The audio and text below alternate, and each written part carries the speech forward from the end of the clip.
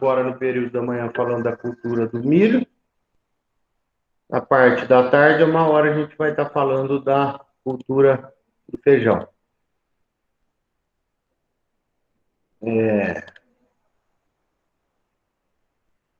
A cultura do milho, a gente sabe da importância, né? Faz parte aí da nossa sequência de aulas logo depois da soja. Nós já entramos no milho, que é a nossa segunda principal cultura no país, cultura anual, tá? Então, somente lembrando, então, hoje à tarde aula, próxima semana 2 aulas também, aula 5 e 6, a referência bibliográfica ao livro do Paulo Castro, né? Lembre-se de anotar as dúvidas, quem quiser perguntar durante a aula, fique à vontade, quem quiser perguntar depois ou através do e-mail, fiquem à vontade, ok? Mas lembre-se de anotar. E o material complementar também a gente está enviando, né? Está junto com o link disponível para vocês lá no aplicativo da escola, ok?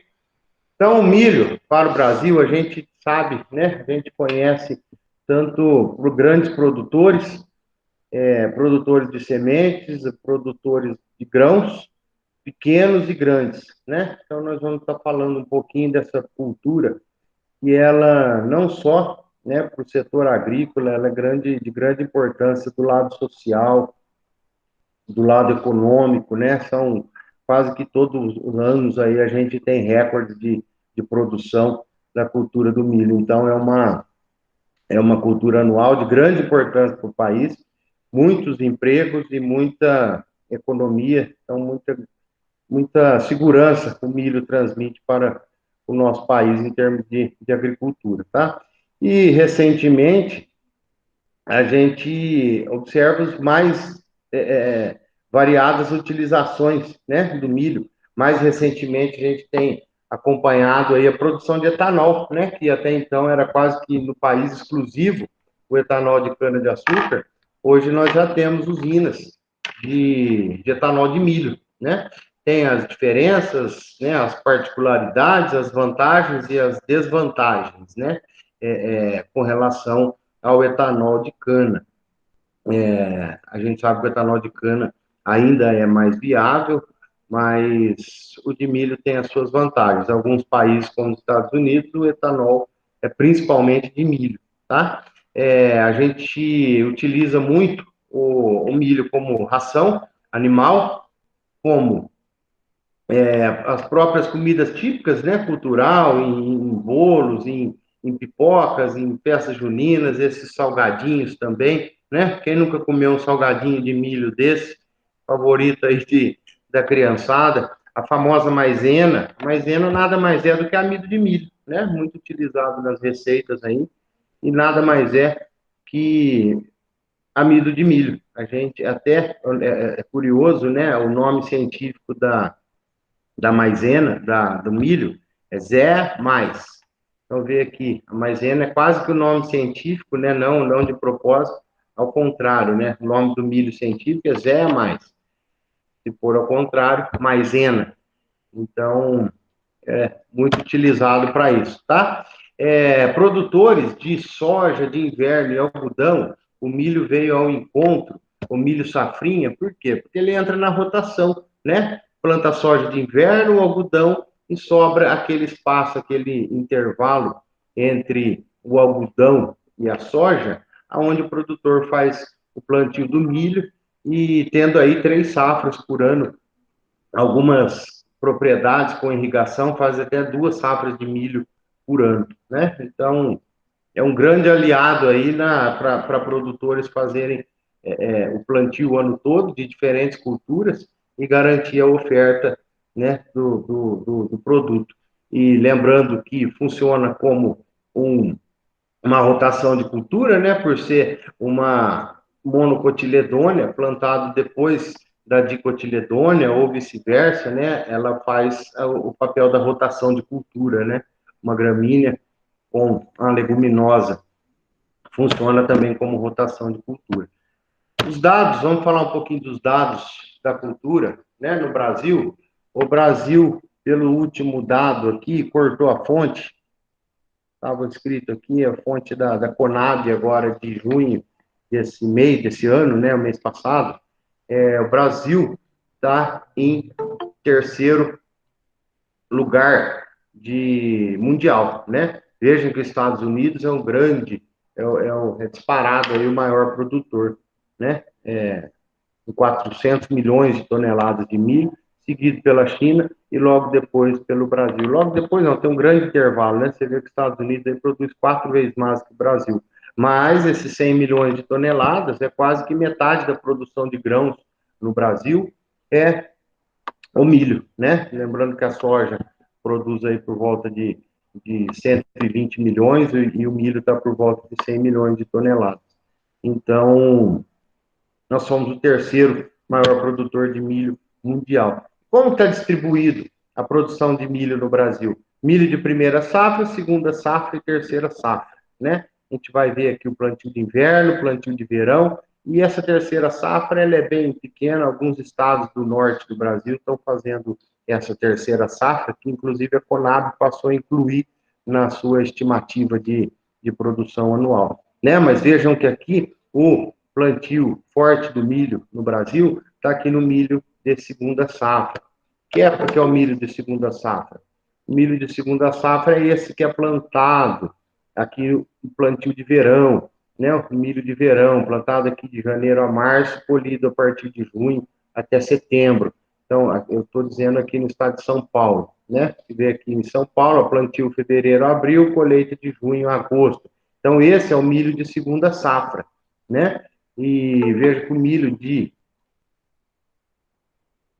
de primeira safra é o milho da primavera, e o milho de segunda safra é o milho de verão, né? Então, no inverno planta soja, no verão planta o, o milho consorciado, tá? Então, a gente vê que hoje, aqui no censo da Conab, o milho de segunda safra, que é esse plantado aqui, o milho de verão, plantio no verão, ele colheita no inverno, ele é o mais utilizado hoje pelo produtor de milho no país, tá? Com relação à origem, o milho é algo, ele é originário aqui da América Central, né, na região do Caribe, já tem identificação do milho há 7.300 anos, mas vejam que não é o milho que nós conhecemos hoje, né? O milho de hoje é um milho melhorado, totalmente nível comercial, né? Então, veja como eram os primeiros milhos aqui, e através do melhoramento genético, visando a produção, o milho hoje é completamente diferente daquele milho lá da origem, né? O milho de espécie encontrado naturalmente, tá? A estrutura da semente do milho, a estrutura do grão do milho. O milho, o que nos importa, com exceção da silagem, é a semente, né? Diferente dos outros, as outras culturas, que nem a aula passada nós falamos de soja, né? A soja é interessante, tem bastante vagem, né? Então, a soja tem toda aquela preocupação de ramificação, quantos ramos vai ter na planta, porque cada ramo vai ter sua vagem, cada vagem vai ter o seu grão. No milho, o que nos importa é a quantidade de grãos. Pronto, a produtividade do milho se resume a isso, a quantidade de grãos, né? Tanto fileiras de grãos por espiga e número de fileiras por espiga, né? Número de grãos por fileira e número de fileira por espiga. Nós vamos estar fazendo um exercício no final da aula de milho, nós vamos estar calculando, estimando a produtividade da cultura do milho, e vocês vão ver que o que importa para nós é para o produtor, a produção de milho, ela é dependente do número de fileiras numa espiga e o número de grãos por fileira, tá? Então, ó, essa aqui é a estrutura do milho, que a gente já conhece o milho. Então, ó, veja que essa região maior aqui é o endosperma. O que é o endosperma? O endosperma é o material nutritivo, é a reserva nutritiva da semente, é onde ela se alimenta, é o material que ela se alimenta até ela se tornar uma planta. Então, aqui é o tecido de reserva da semente, da planta, para que ela se germine, né? A pele em cima, aquela camada que protege a semente, é o pericarpo. Veja que aqui dentro, a plúmula é que vai formar a folha, né? Então, veja que aqui, na verdade, uma semente já é uma planta, né? Quando fala assim, a semente é antes de ser uma planta. Não, a semente já é uma planta, porque aqui, ó, veja que nós já temos a radícula, né? A raiz já está formada dentro da semente. Quem tiver curiosidade, até na aula prática presencial, a gente faz isso, a gente corta uma semente do milho ao meio, né? Façam isso, quem tiver uma semente fácil aí, abram ela no meio, vocês já vão ver que a planta já está formada lá dentro. Nós já temos a radícula na semente, que está aqui nessa parte aqui, ó, é a radícula, mas a gente consegue ver com detalhes quando a gente corta lá o meio, aqui, ó, o endosperma, a radícula já está formada aqui dentro, ó, isso aqui é o pedaço da radícula, do lado de dentro, e a plúmula, que é onde vai formar o caule e a folha. Ou seja, já está formada a semente, a planta já está formada dentro da semente, tá? E daqui, vejam que a radícula vai descer, vai formar os pelos radiculares, e a planta vai começar aqui, já tem o caule, que já está saindo para fora, só que ainda não é chamado de caule. É o mesocótilo, que é a parte logo rente ao caule, onde está em crescimento, e o coleóptilo, que é onde o mesocótilo encontra a folha, tá? E a radícula, aqui é a semente, a radícula começa a descer, já começa a formar as outras raízes e vai dar origem a uma planta normal, aonde formam-se o colar, né, a bainha, é onde as folhas estão fechadas ainda, e o colar é o ponto onde a folha se encontra com o caule, e aí deu origem a uma planta normal, ok? A semente do milho, como que ela se forma, né? Como que a semente é o órgão reprodutivo, né? É o que dá origem a uma nova planta. Aqui ainda a plantinha não está formada. Quando eu digo que a semente já tem uma planta lá dentro, mas aqui onde ela vai ser formada, que parte é essa da planta? A parte masculina. O milho é uma planta monóide. O que é monóide? Vocês lembram lá da fisiologia? É aquela planta que tem o órgão masculino e feminino na mesma planta. Então, ela tem a parte masculina do pólen e tem a parte feminina, que é a espiga, né? Aqui no caso, esses pelos aqui, ó, é o estigma, né? Aquele pelinho do milho que a gente conhece, isso aqui é a parte feminina, é o estigma, aonde o pólen vai entrar e vai se formar um óvulo, né? Aqui o óvulo, o grão, nada mais é do que o óvulo do milho. Dentro do óvulo nós temos o ovário. O sabugo, que a gente chama, é a rax. Aqui nós temos um outro exemplo, então olha aqui, ó. Aqui é a parte masculina da planta de milho, que é onde vai dar o pólen, que vai fecundar a parte feminina, né? Então veja aqui, ó, o pólen vai entrar pelo estigma, esse fio aqui, ó, é o estigma, o estilete que fala, né? Então aqui é que a gente fala o cabelinho do milho, né? Aquele cabelinho do milho. Então o pólen daqui de cima, a parte masculina do milho, o pólen cai e entra no estigma, né, que é aquele cabelinho que sai do sabugo, sai para a ponta, para fora, e ele vai entrar, vai fecundar o óvulo, né, e vai se formar o ovário. E o que é o óvulo e o ovário? É o grão que a gente se alimenta, é o grão do milho, né? Então, o grão nada mais é do que o óvulo e o ovário já inchado, né, da fase fecundada do órgão da planta, tá? Então, cada fiozinho daquele é um grão, né? Porque ó, um fio vai ser fecundado pelo pólen e vai formar um grão. Então, quando a gente vê, cada um desses grãos é um fio. Então, quando a gente vê um sabugo cheio de estigma, né? Com bastante cabelo, ele está em bastante grão lá dentro, né? Teoricamente, né? Se todos os grãos vingarem, se todos a, a, o estigma for fecundado, né? Receber um pólen, cada fio desse vai ser um grão formado, tá? Formado ou para semente ou para consumo do próprio grão, tá? Então, nós vamos estar vendo um pouco mais para frente, que é a diferença do milho híbrido do milho variedade. O milho variedade é aquele aonde ele fez o próprio cruzamento, é aquele milho que o próprio produtor produz, né? Ele deixa que ocorre essa fecundação, ou seja, o milho variedade é aquele que foi de autofecundação. Ele não é tão tecnificado, não tem tanta tecnologia para produtividade igual o milho variedade. Porque o milho variedade, você deixa as ruas masculinas e as ruas femininas. Então, você controla o cruzamento de duas linhagens, tá? Mas para frente a gente volta a falar um pouco disso, tá bom?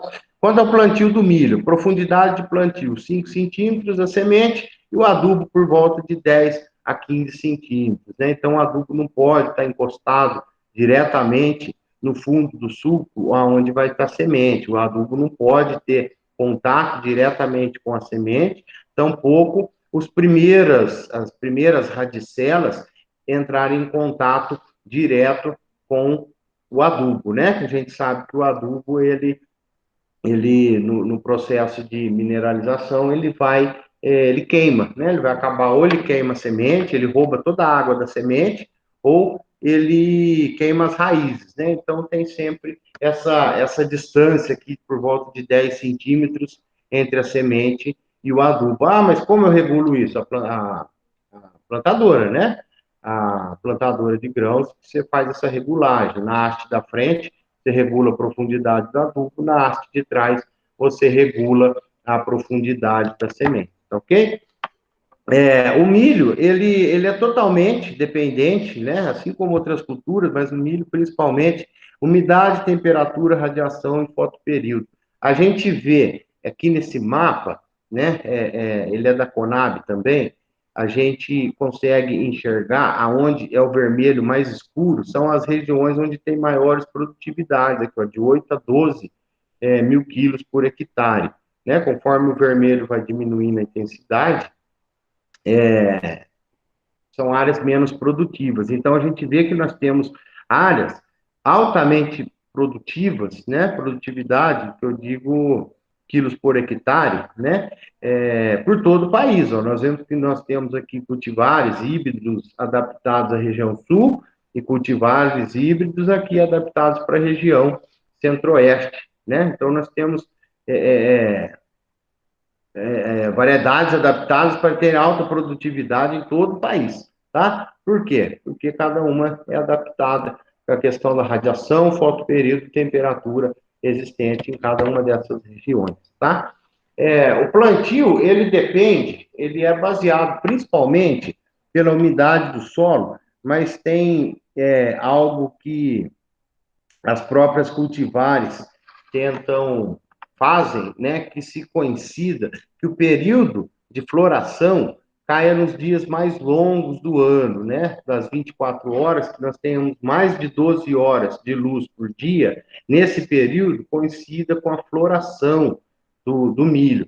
E a etapa de enchimento de grãos com as temperaturas mais elevadas, que é aquela que tem alta radiação solar.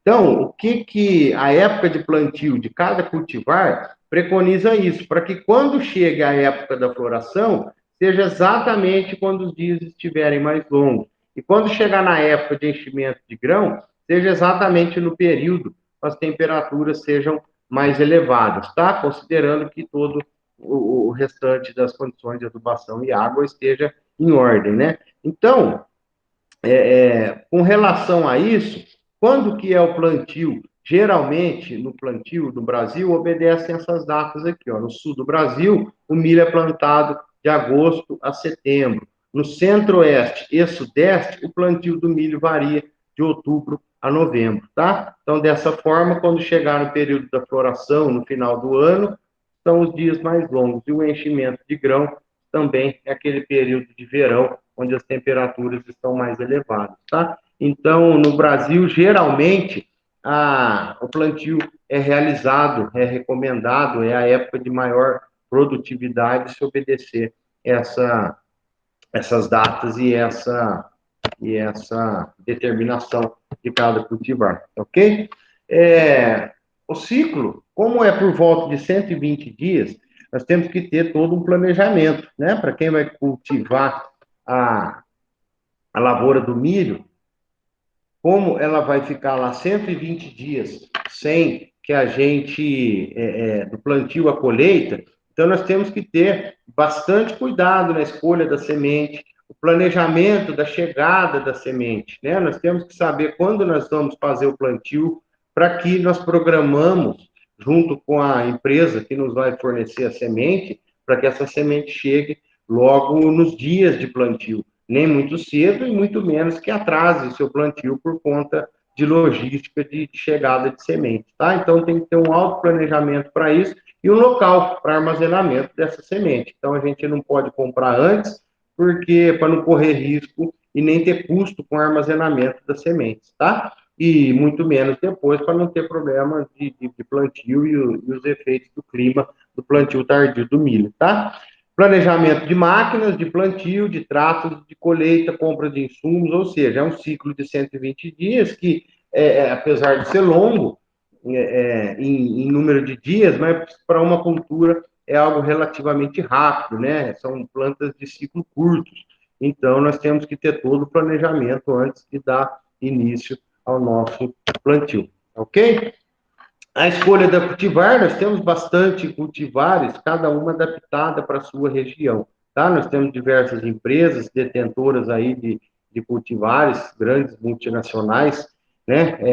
E temos aqueles produtores que produzem a sua semente, mas fica muito longe das sementes compradas, né? É altamente desejável e recomendável que se compre sementes, né? Porque a semente produzida na própria fazenda não tem as características de produtividade, tá? Então, a cultivar vai depender da finalidade do seu cultivo, se você vai usar para silagem, se você vai usar para milho de pipoca, se você vai usar para um mercado específico, nós temos cultivares específicos para isso. Época de plantio, é claro, e o nível tecnológico da propriedade, né? Não adianta comprar sementes de alta tecnologia, de alto valor agregado, sendo que eu não tenho nenhum nível tecnológico na propriedade. Aquele pequeno produtor sem tecnologia alguma não vai ter grandes resultados em comprar uma semente com alta tecnologia, tá? E a semente, né, especialistas sempre dizem isso, que 50% do resultado da produtividade do milho está em cima da escolha da semente, ok? Então, como eu ia dizendo, a variedade, escolha da cultivar, nós temos cultivares, sementes que são de variedades, sementes de milho híbrido. O milho híbrido são aqueles cruzamentos induzidos entre duas linhagens, com as características que nós desejamos comprar, né? Característica de produtividade, característica de ciclo precoce, características de comportamentos para determinados climas. Aqui, ó, plantas com alto vigor e produtividade, porém são sementes que exigem tecnologias, né? De bom plantio, de controle de espaçamento e tudo mais, tá? Então, o milho variedade, então, como nós dissemos um pouco atrás, alguns slides atrás, que é aquele que que a planta se autofecundou, a semente saiu da própria planta. E o milho híbrido é aquele através de cruzamentos dirigidos, né? Não que o milho variedade não possa ter cruzamento entre plantas, entre uma planta e outra. Sim, pode ter, mas não é direcionado como é o milho híbrido, tá? O milho híbrido é altamente vantajoso. Aqui a gente vê um campo de produção de milho híbrido. Por que que a semente comprada é cara? Porque veja aqui a perda que ela tem, né? Ela não é uma lavoura comum, além de ter todo o custo, toda o controle da Abracem, né? Que é a Associação Brasileira de Sementes, tem que ser um campo certificado, com alto controle de contaminação de sementes e outras plantas. Mas vejam aqui, ó, uma linha de rua aonde vai servir de macho e mais as ruas que vão servir de fêmeas, né? Então as sementes vão ser tiradas dessas ruas aonde vão se aproveitar a semente. Então, ó, ruas machos e ruas fêmeas. Então, aqui nessas ruas tem a poda da parte masculina, e nessas ruas aqui tem a poda da parte feminina, de modo que garanta que essas ruas vão ser fecundadas por essas ruas masculinas. Então, nós temos total controle do cruzamento. Então, aqui é uma linhagem e aqui é outra linhagem. Linhagem onde vão ser retiradas sementes e a linhada onde vão doar o seu pólen para essas plantas femininas, tá ok?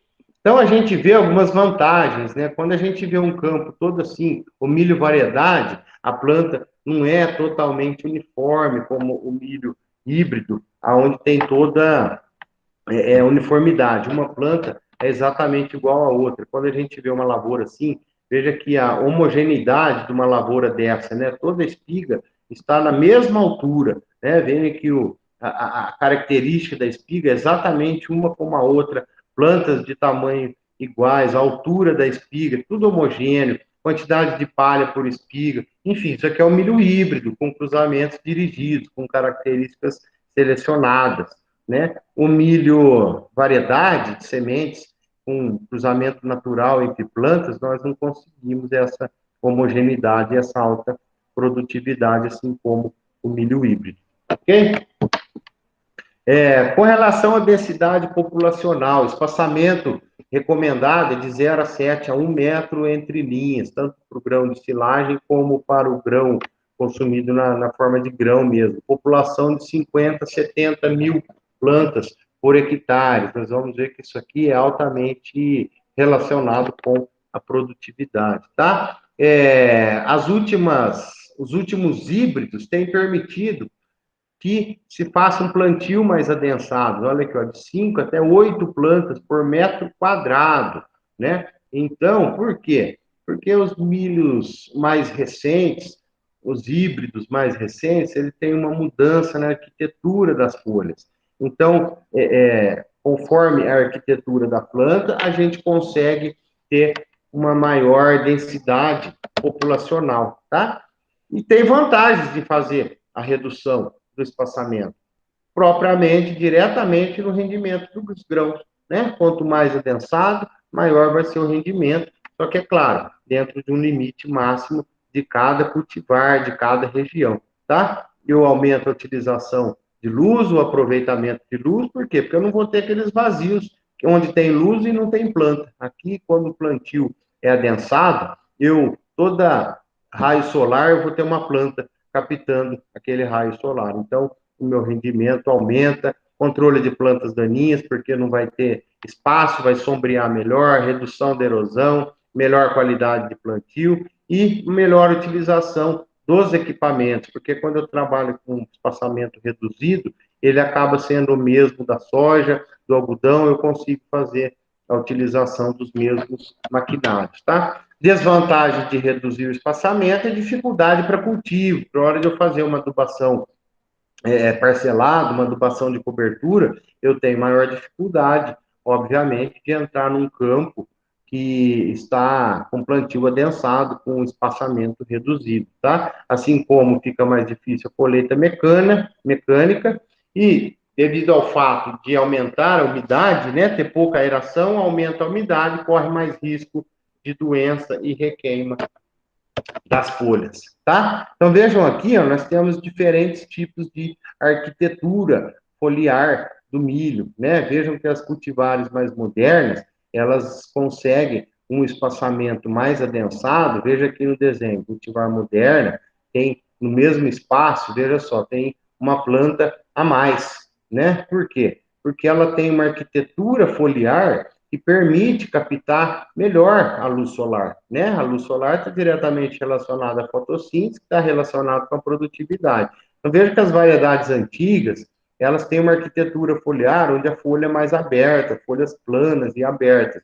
Cultivares mais novas têm as folhas com a arquitetura, com o ângulo da folha mais fechado, menor, aonde ela consegue uma interceptação melhor da luz solar, uma planta, duas plantas a mais, três plantas a mais por metro linear, ok? Então, a gente vê aqui, ó, que folhas com plantio adensado, quando a gente fala que tem uma melhor interceptação da luz solar, por quê? Veja que aqui nós temos espaço onde tem luz e não tem planta, ou seja, eu estou desperdiçando energia solar, né? Aqui, ó, em todo espaço que tem luz, eu tenho uma planta, então eu estou aproveitando ao máximo a radiação solar dentro de um plantio adensado, ok? 70 até mais plantas por hectare, 70 mil, tá? Então, aqui eu quis fazer um comentário só de que quanto mais adensado, exige maior qualidade tecnológica para o produtor, tá? Então, conforme eu disse aqui, ó, cultivares antigas são plantas mais altas, folhas mais planas, folhas abertas, e como ela tem um menor aproveitamento da radiação solar, a tendência era sempre de variedades, maturidades, híbridos mais tardios, sendo que as cultivares modernas são menores. Qual que é a vantagem? Que ela atinge a maturidade mais rápida, são cultivares com maturidade mais precoce, porque ela não precisa crescer tanto, igual cultivares antigas, que precisavam crescer muito para atingir sua maturidade. Cultivares mais modernas, elas são menores, então ela atinge mais rápido a sua maturidade. E as folhas eretas, né, aquelas folhas com com as folhas mais espetadas, né, com um ângulo menor. Temperatura, você veja que é um grande limite aí entre a máxima e a mínima, porém, para cada época de cada fase fenológica, tem as suas características, né? Vejam que aqui tem as máximas diurnas, máximas noturnas, mínima noturna, florescimento e maturação. Se tiver mais de 26 graus, é indesejável, porque acelera demais as fases fenológicas, né? Sendo que menor de 15 retarda essas fases, tá? Para a produção de pólen, maior que 32 graus, também não tem muita vantagem que ocorra, tá? Então, como que eu faço esse manejo da temperatura? Eu consigo controlar? Não, mas eu consigo controlar a minha época de semeadura, tendo em vista a região onde eu vou estar trabalhando, para que não fuja, né, desses intervalos ideais para que o milho tenha uma produtividade adequada, tá? Aqui eu tô fazendo um resumo geral para de produção do milho. Vamos falar assim, é a intenção nossa fazer algo bem prático, para que prático e funcional, né, para um produtor. Por exemplo, se tiver dúvidas, é assim, a gente, é até a função do professor fazer a entrega de um estudo já pronto, dirigido para nas aulas, né? A gente, vamos falar assim, a gente entrega mastigado quais as necessidades para cada cultura, né? Dentro dessa disciplina de culturas anuais. Então, veja que eu falei da temperatura ideal, falei de profundidade de plantio, falei de densidade, falei de escolha de cultivar, né? E agora, vamos entrar aqui, ó, necessidade de água.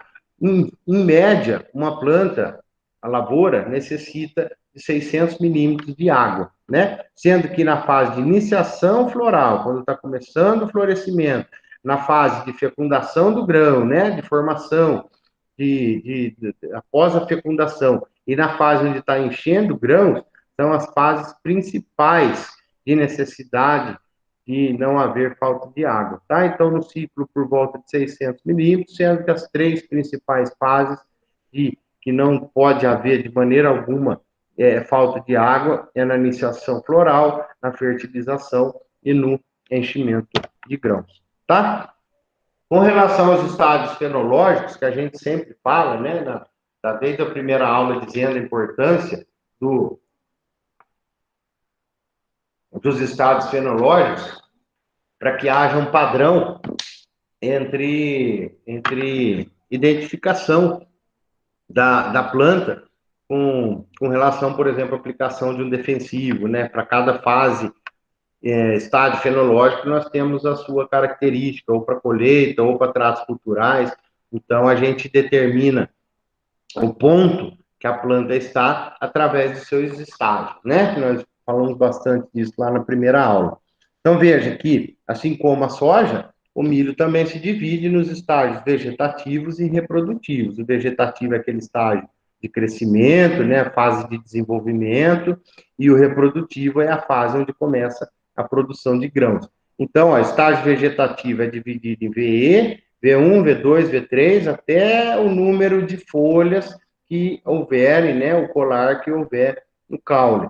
E VT é quando começa o pendoamento da planta, e aí entra nos estágios R, né? R2, R3, vamos ver um pouquinho mais detalhe. Então, veja aqui que os estágios da fase vegetativa V1, V2, V3, ele é determinado pelo número de folhas, né? Aqui, ó, folha 1, folha 2, ó, V1, V2, V3, V4, folhas abertas, né? Essa aqui ainda não conta que a folha está fechada.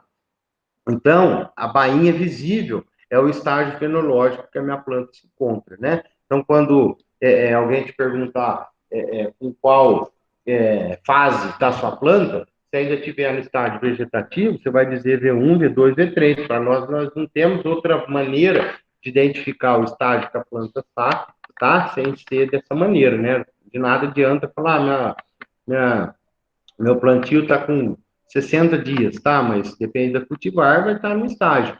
Dependendo da região, vai estar em outro estágio, né? Então, a nossa maneira de dizer a idade da nossa cultura são através dos estágios fenológicos, ok?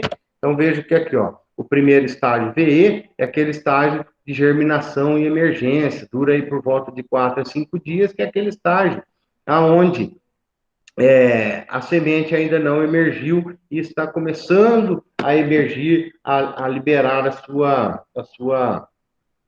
sua raízes, né? Então, veja aqui, ó, germinação e emergência, a planta ainda está embaixo do nível do solo, a planta ainda está lá de 2,5, é a germinação da semente. Então, esse é o estágio denominado como estágio VE. Aí vão entrando os estágios, V1, V2, V3, vejam que aqui, ó, 3 folhas divididas, nós estamos em estágio V3, né? Aqui, esse estágio é fundamental para a gente conseguir, é aqui que nós temos que ter uma disponibilidade hídrica, e porque o plantel, a nossa produtividade vai estar sendo definida nessa época, né? No estágio V3, ou seja, aquele que tem 3 folhas desenvolvidas aqui, todas as espigas e folhas, elas já estão sendo expressas já ao máximo a sua produção, que será lá na frente, tá? Então, veja aqui a estágio V3, vê que a zona de crescimento ainda está aqui abaixo do nível do solo, né? Aqui do solo ainda saem as folhas, né? Vejam que aqui, ó, ainda saem as folhas. A zona de crescimento ainda está embaixo do nível do solo, mas essa fase é fundamental para determinar a nossa produtividade lá na frente. Então, nós vamos entrando, depois do V3, V4, V5, V6, sendo que o estágio V6 é aquele onde o crescimento da planta já está fora do nível do solo, já está acima da superfície. Aqui, ó, a zona de crescimento já está acima da superfície do solo. Até aqui ela está crescendo embaixo do solo, como nós vimos nos outros slides. A partir do estágio V6, a zona de crescimento, a região de crescimento do caule já está por cima da superfície, tá? E o estágio V12, com 12 folhas desenvolvidas, é a fase que geralmente antecede o estágio de pendoamento. Então, veja, o estágio V12, eu ainda estou no estágio vegetativo, aonde eu estou aqui, ó, com 12 colares visíveis, 12 folhas visíveis, e aí eu entro no estágio VT. O que é o estágio VT? O estágio de pendoamento. O que é o pendoamento? Quando começa a sair aqueles cabelos da parte masculina, lá em cima, né? Que a primeira que aparece, antes de aparecer qualquer parte feminina, de aparecer a raquis, né? O sabugo, com as partes femininas, quem aparece primeiro é a parte masculina. É óbvio, né? Porque quem vai ter que amadurecer primeiro é a parte masculina para liberar o pólen para a parte feminina, né? Então, esse estágio é o chamado estágio VT, aqui, ó, estágio de pendoamento, onde começa a surgir os primeiros o pendão, né? Pendoamentos. Aqui é o pendão, e veja que ainda não apareceram os cabelos da espiga, né? Quando começa a aparecer os cabelos da espiga, nós entramos no estágio R1, né? Então, olha, já terminamos a fase de desenvolvimento vegetativo, e aí formou-se o pendão, aí entrou-se a fase R1, que é o embonecamento, é a fase de polinização. Então, isso aqui já está formada a boneca, aqui já é a parte feminina, veja que a parte masculina, isso aqui geralmente é de 3 a 5 dias. Depois do surgimento da parte masculina, após 3 a 5 dias, surge a parte feminina, que são as espigas, e começam a soltar os estigmas, que é por onde vão ser fecundado e formado o grão. tá? Então, veja que a fase de embonecamento, essa fase é muito importante, a água, né? Aqui essa fase começa uma importância muito grande para a água, por conta de estar chegando a polinização e chegando a fase de enchimento de grãos, aonde o déficit hídrico é muito prejudicial, né? Nessa época também começa a surgir problemas com lagarta da espiga, exige um atento controle, né? Porque como começa a surgir a espiga num grau bastante verde, que é um preferido para as lagartas, tá? Então, lagarta da espiga e lagarta do cartucho são altamente prejudiciais, né? Tem que ter um controle muito bem nessa época. E também aqui eu coloquei como observação que essa altura, né, do campeonato de desenvolvimento, já a absorção de potássio para o desenvolvimento, o potássio ele foi, bem dizer, já todo utilizado, a sua necessidade de potássio já ficou lá na fase de desenvolvimento, né? Sendo que a fase de reprodutiva, ela tem bastante utilização ainda de nitrogênio e de fósforo, tá? E aí começam os estágios, depois do R1, que já houve a polinização e o cruzamento, né, da parte masculina com a feminina, já houve a polinização, começam a se formar os grãos. Primeiro estágio é o estágio R2, que é o chamado grão bolha d'água. É onde nesse estágio aqui, ele tem 85% de água.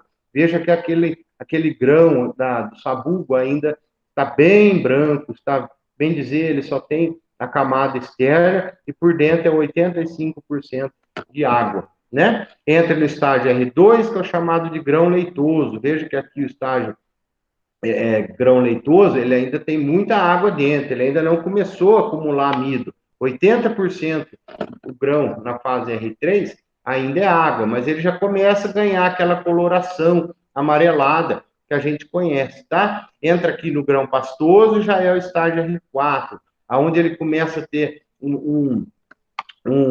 uma formação mais já um fluido interno mais denso, né, mais pastoso, né? Por isso que ele chama grão pastoso. Até aqui no R3, grão leitoso, ele ainda tem muita água, ainda está aí 80% de água, né? Estágio R4, essa água já começa a ficar mais pastosa, por isso que chama fase de grão pastoso, estágio R4.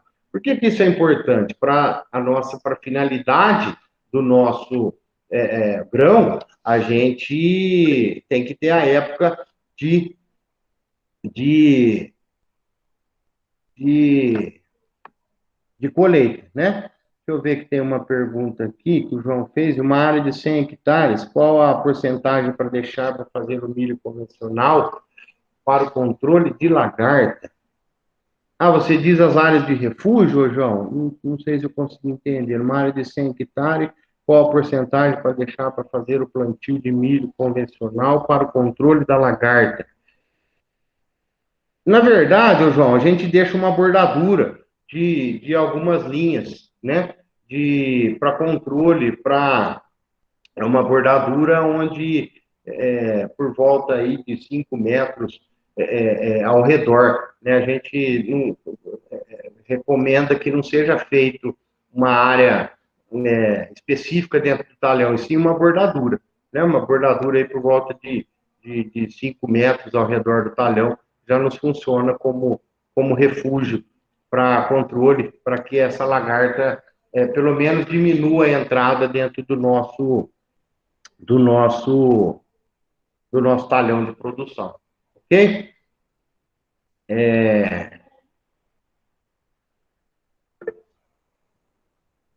Então, tá aqui. O João, obrigado. Falou, João.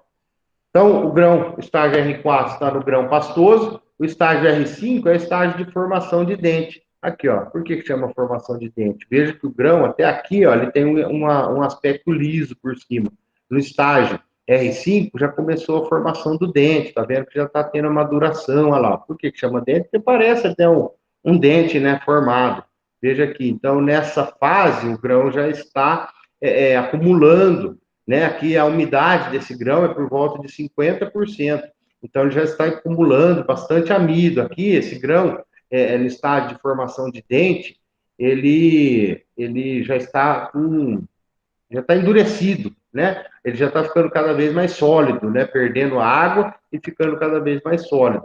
E uma curiosidade aqui é o que a gente chama de linha do dente, né? Então veja que o grão está em formato do dente, e aí tem algo que a gente chama de linha do dente. Quando a gente corta o sabugo no meio, a gente vê que aqui, ó, tem uma fase que ele ainda está mais com umidade, e aqui a fase que está mais seco, né? Então aqui está ficando sólido e aqui ainda tem bastante umidade. Então, tá vendo que tem uma diferenciação no grão, tá vendo aqui uma coloração mais clara, aqui já a coloração amarela típica. Então, quando a gente olha por fora, a gente está vendo só o amarelo, mas ainda no estágio R5, esse ainda nós temos metade do grão ainda está em estágio com alta umidade, tá? E aí sim, entrando na fase R6, que nós já estamos na maturidade fisiológica, veja que ocorre o quê? O enegrecimento aqui, ó, tá vendo que essa linha mais branca,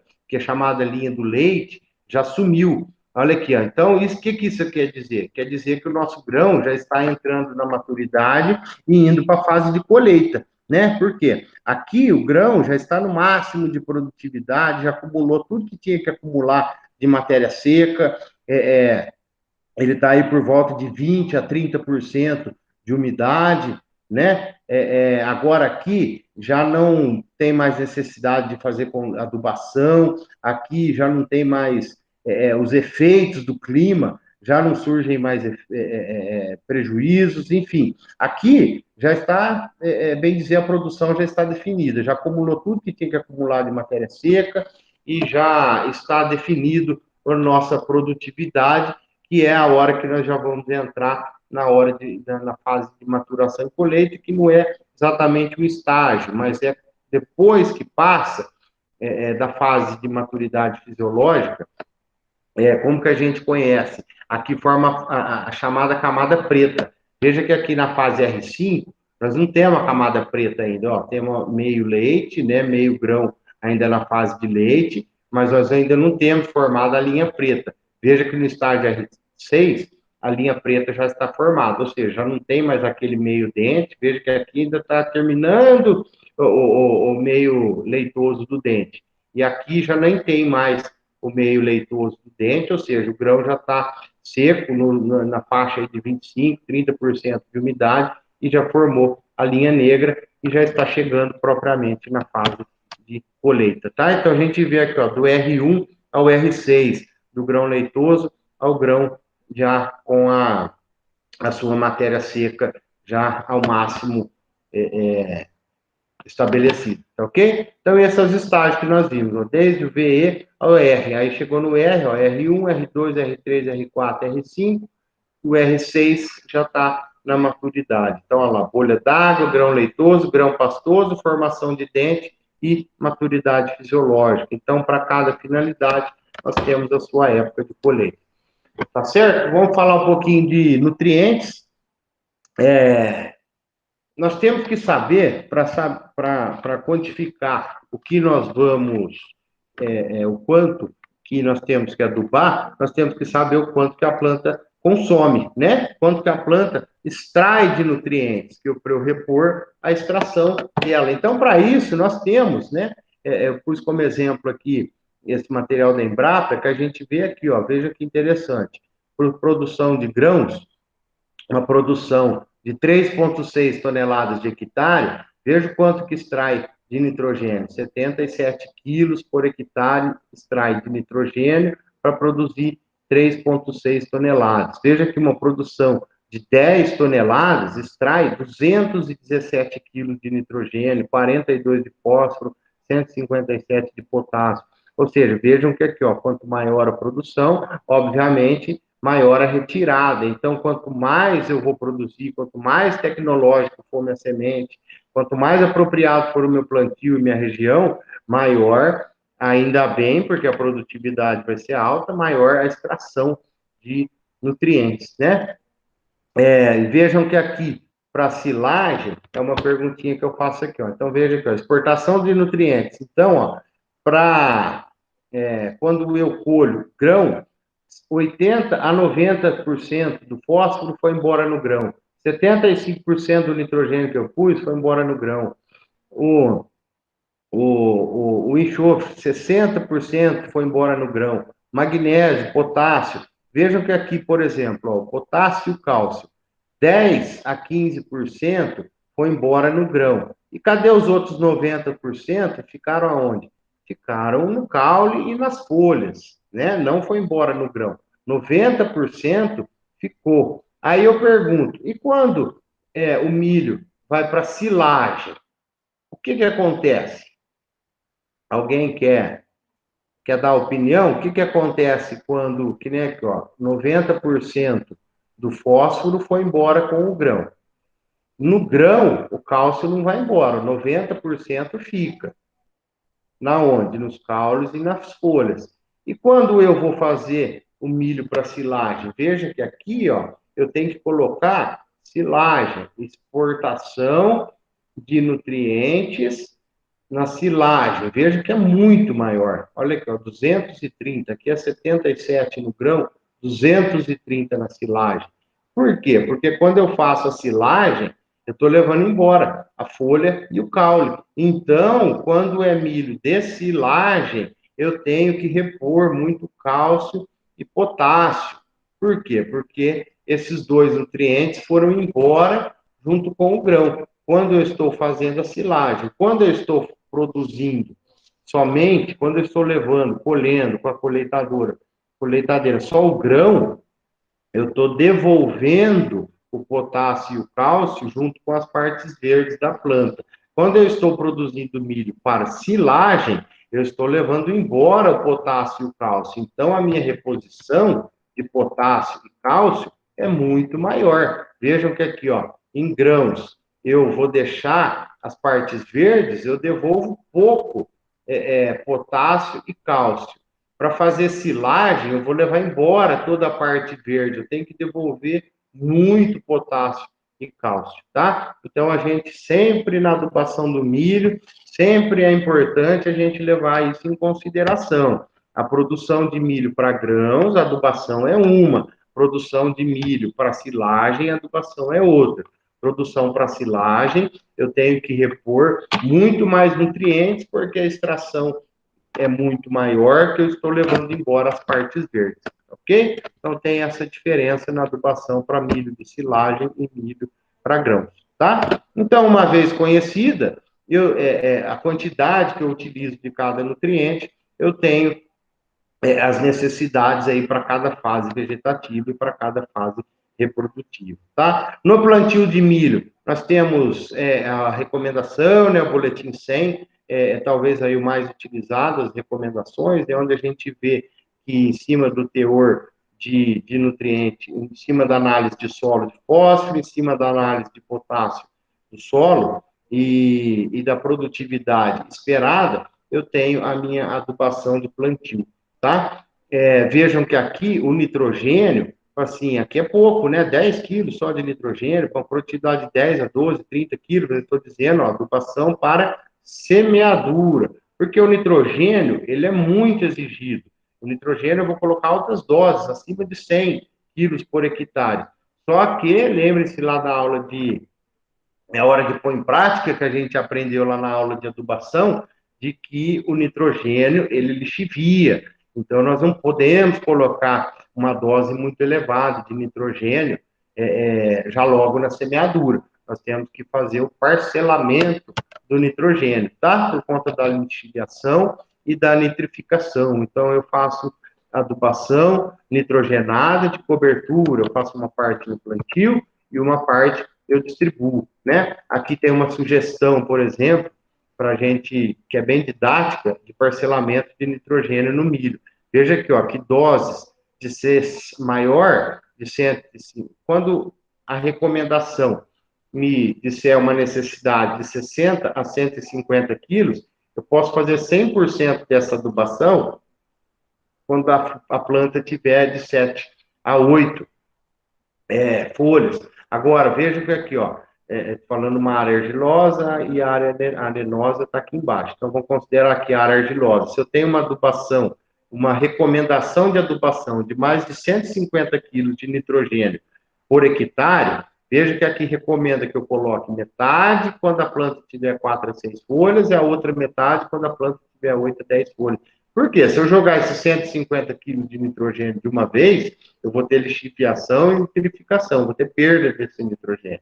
Então, veja aqui, ó, em solos médios, acima de 100, metade de 4 a 6, metade de 8 a 12. Veja aqui, em solos arenosos, recomendações acima de 100 quilos de nitrogênio por hectare, vejam aqui que ele sugeriu que fizesse 3 parcelamentos, 40% quando a planta tiver de 4 a 6 folhas, os outros 40% para a planta de 8 a 10 folhas, e os outros 20% quando a planta tiver de 10 a 12 folhas. Então, vejam aqui, ó, essa é uma sugestão de parcelamento de nitrogênio, com doses acima de 100 quilos por hectare, que faça o parcelamento em cada época da lavoura, ok? Veja aqui alguns sintomas de deficiência de nitrogênio, plantas, esse amarelecimento na planta, tá? A falta de nitrogênio, esses são os sintomas de falta de nitrogênio no milho, tá? O fósforo, ele é exigido em alta quantidade e não tanto quanto o nitrogênio, mas o fósforo tem aquela característica da disponibilidade, né? Então, veja que sintomas de falta de fósforo, esse arrochamento na folha, isso aqui é falta de fósforo na planta, tá? Então, como a planta tem um ciclo curto, eu preciso de fontes de fósforo altamente eficientes. Eu não posso utilizar aqueles fósforos quase minerais ainda, porque a disponibilidade vai estar depois que se encerrar o ciclo. Então, recomenda-se aqueles de praxe, né? O MAP, né? O monoamônio fosfato, o DAP, o diamônio fosfato, super simples, ou então super triplo, tem lá 46% de fósforo altamente disponível para a planta, né, de forma de alta disponibilidade rápida. Então, o fósforo para o milho tem que ser um fósforo que esteja altamente disponível, rapidamente disponível para a planta, tá? Nós vemos aqui algumas recomendações de dose de fósforo, dependendo do teor da nossa análise de solo. Veja que aqui, solos com baixo teor de fósforo, de 80 a 100 quilos, solos com alto teor de fósforo, de 30 a 60 quilos por hectare de P2O5, tá? O potássio é de fundamental importância, eu até pus alguma ressalva que nos últimos anos passou a ser um problema o potássio, por quê? Porque é um nutriente que acabou sendo meio esquecido. E como se utiliza muito milho hoje em rotação com a soja, que extrai muito potássio do solo, então acabou se esquecendo de fazer uma adubação mais pesada de potássio para o milho, tá? E outra coisa, como nós comentamos lá atrás, a utilização do milho para silagem, eu tenho que fazer uma reposição maior de potássio, né? Então, acabou-se, por muitos anos, considerando a mesma adubação de potássio, tanto para a produção de grãos como para a produção de silagem, acabou se considerando a mesma quantidade de potássio. E hoje a gente sabe que isso não pode ser assim, né? Então, o potássio, por um tempo, acabou sendo um problema por conta da rotação com a soja, que a soja extrai muito potássio do solo, e por conta da utilização de milho para silagem, também acabou se levando o potássio embora junto com as partes verdes da planta. Então, se desatentou quanto ao potássio por uns tempos, mas a gente sabe da importância dele, então estamos preferindo, né? Os produtores estão preferindo, voltando a utilizar formulações de adubos com altas doses de potássio, tá? Então, algumas recomendações em cima do teor de potássio no solo. As recomendações, vejam aqui que altos teores de potássio no solo, 30 quilos por hectare, baixo teor de potássio no solo, 90 quilos a 120 quilos por hectare. Veja que sempre aquilo lá que eu disse, ó, uma fileira de adubação de milho para grão e uma fileira de adubação de milho para forragem, né? Então veja aqui, ó, que o milho para forragem, a adubação é sempre muito maior, né? Chega a ser o dobro. Por quê? Porque eu estou levando as partes verdes embora e o potássio, isso é muito relevante, essa consideração de milho forragem e milho grão, ok? Magnésio é um micronutriente muito importante. Veja aqui sintomas de deficiência de magnésio na planta, né? O zinco, ele é muito importante, é um micronutriente fundamental na produção dos amidos na planta, né? Então, a gente é o micronutriente talvez mais importante para a cultura do milho, né? Por que ele é micro? Ele é micro porque ele utiliza em poucas quantidades, né? A gente aprende isso aí lá na disciplina de nutrição mineral. Então, o micronutriente é que utiliza em menores quantidades, mas não que seja menos importante, né? Então, o zinco talvez é o micronutriente mais importante. Veja que nós temos as recomendações aqui de quantidade. Veja que são sempre, olha aqui a quantidade, 3, 5 mil quilos, né, por hectare, 3 toneladas por hectare, dependendo das doses, né? Minto. Doses aqui, ó, de 1,2 kg, que é a produtividade. 1,2 kg, veja que é bem uma quantidade bem pequena, né? Por isso que o nosso implemento tem que estar bem dimensionado, né, bem regulado, para que doses tão baixas assim, ó, 1,2 quilos por hectare, né? Imagina que é distribuir 1 quilo num hectare, né? É algo que o nosso equipamento tem que estar bem alinhado, regulado, né? Quanto maior a produção, maior a dose de zinco, mas ainda doses bem baixas, tá?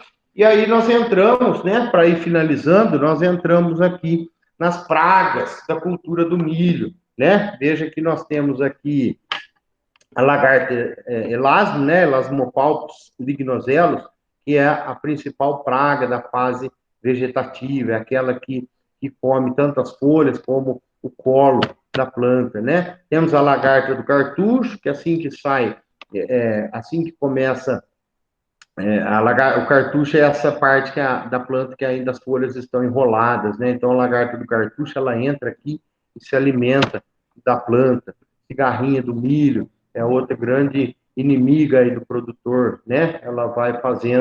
Ela causa esse tipo de enfesamento na planta, né? Porque ela transmite um vírus, a cigarrinha transmite um vírus, ela é vetor de um vírus que, quando ela faz a picada na folha, esse vírus ataca a planta e causa o enfesamento, né, que é esse estiolamento das folhas e do caule da planta na zona de crescimento. Lagarta rosca, que é aquela que fica no solo, a lagarta curuquerê, que é aquela a médio palmo, né, que a gente chama de médio palmo, que ela faz a total desfolha da planta, tá? Pragas, outras, o pulgão do milho, ainda estamos na fase vegetativa, veja que o pulgão em alta densidade, ele cobre totalmente as partes verdes da planta, né? As partes que fazem a fotossíntese, o pulgão consome toda ela, né? Lagarta do cartucho, aqui, veja, e aqui, ó, se alimentando do cartucho, se alimentando das folhas ainda enroladas nas plantas, né? Nós temos aí as lagartas da espiga, aquela que fica dentro da espiga. Quando a gente abre a espiga, a gente vê a lagartinha lá dentro se alimentando. Então, nós temos que ter autocontrole,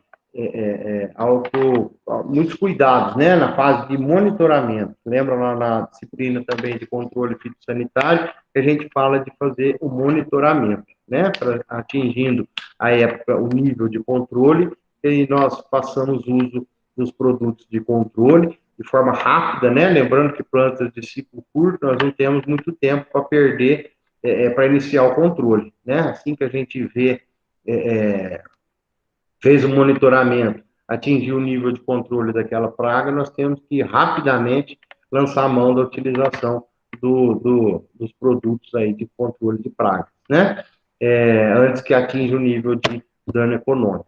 Percevejo do milho, Veja que é aquele percevejo também que se instala por dentro do sabugo e vai consumindo o milho, né? O gorgulho, que é aquele, olha lá, os danos que ele causa no grão, né? Então, são plantas também. O gorgulho ataca também o milho armazenado. A traça do milho, olha que ela vai fazendo a oviposição, né? Vai botando seus ovos aí no grão e vai consumindo, vai deteriorando todo o grão.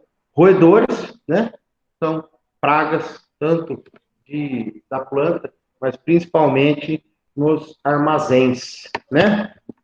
Doenças, enfesamento vermelho causado pela uma bactéria, antracnose, que é um fungo, né, que causa essa podridão no caule, né, causado pelo coletóptero, ele ataca, é uma doença, um fungo que ataca o caule logo ali no colo da planta, aonde traz os prejuízos como toda doença, né? A ferrugem comum, é uma apoxínia, um fungo, que também ataca as folhas, né? Atacando as folhas, a planta perde, diminui a sua capacidade de fotossíntese nessa região, que está diretamente relacionada à perda de produtividade, né? Veja aqui que o fungo forma esses esporos e por isso que o fungo ele é facilmente disseminado no ar. Isso aqui são esporos que facilmente, com qualquer vento, esse esporo ele é lançado para outra planta, contaminando toda